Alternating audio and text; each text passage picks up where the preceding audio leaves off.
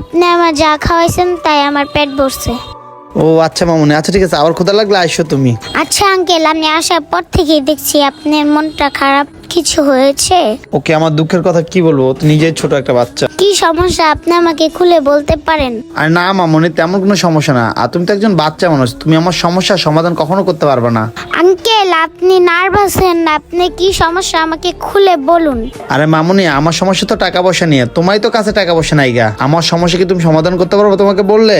Uncle আপনি ভয় পাচ্ছেন কেন? আমি একজন ইতিম মেয়ে, আর আল্লাহ তাআলা ইতিমদের দোয়া সাথে সাথে কবুল করে। আমি আপনার জন্য দোয়া করব, কোনো সমস্যা নেই আঙ্কেল। আল্লাহ তাআলা যেন আপনার সমস্যার সমাধান করে দেয়। আমি মন থেকে আপনার জন্য দোয়া করব। আঙ্কেল আপনি তো আমার মনের আশা পূরণ করলেন, আল্লাহ তাআলা আপনার মনের আশা ঠিকই পূরণ করবে ইনশাআল্লাহ। আম্মু, তুমি হয়তো বা ঠিকই বলছো, ওই উপর আল্লাহ তাআলা সবার মনের আশা পূরণ করে, কিন্তু আমারটা উনি করবে না, কারণ আমি তার হতভাগা একজন বান্দা। বুঝছো আম্মু? আর আমার ভাগ্যটা এতটাই খারাপ, আমি মনে হয় এই হোটেলটা চালাতে পারবো না। কি বললেন আঙ্কেল? আপনি তো ভালো মানুষ হয়ে এই হোটেলটা কেন ছেড়ে দিবেন? আপনি কেন এই হোটেলটা চালাতে চাচ্ছেন না?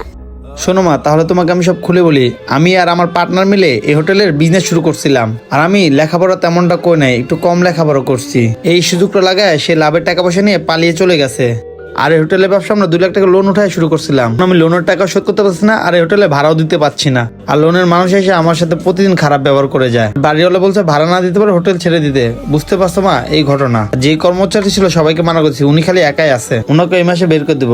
আর এই হোটেলটা ছেড়ে আমি গার্মেন্টস চাকরি নেবো, সে যা বেতন পাই তা নিয়ে সংসার চালাবো। আচ্ছা আঙ্কেল, এই ঘটনা আপনার তো তাহলে অনেক বড় ক্ষতি হয়ে গেল। হ্যাঁ আম্মু, আমার অনেক বড় একটা ক্ষতি করে চলে গেছে। এটা নিয়ে ভাবতেছি কি করবো, আমি কিছুই বুঝতে পারতেছি না। শুনেন আঙ্কেল, আপনি কষ্ট পেন না, যারা কেউ নাই তার আল্লাহ আছে, আর আল্লাহ তার বান্দাদের কখনো নিরাশ করে না। এবং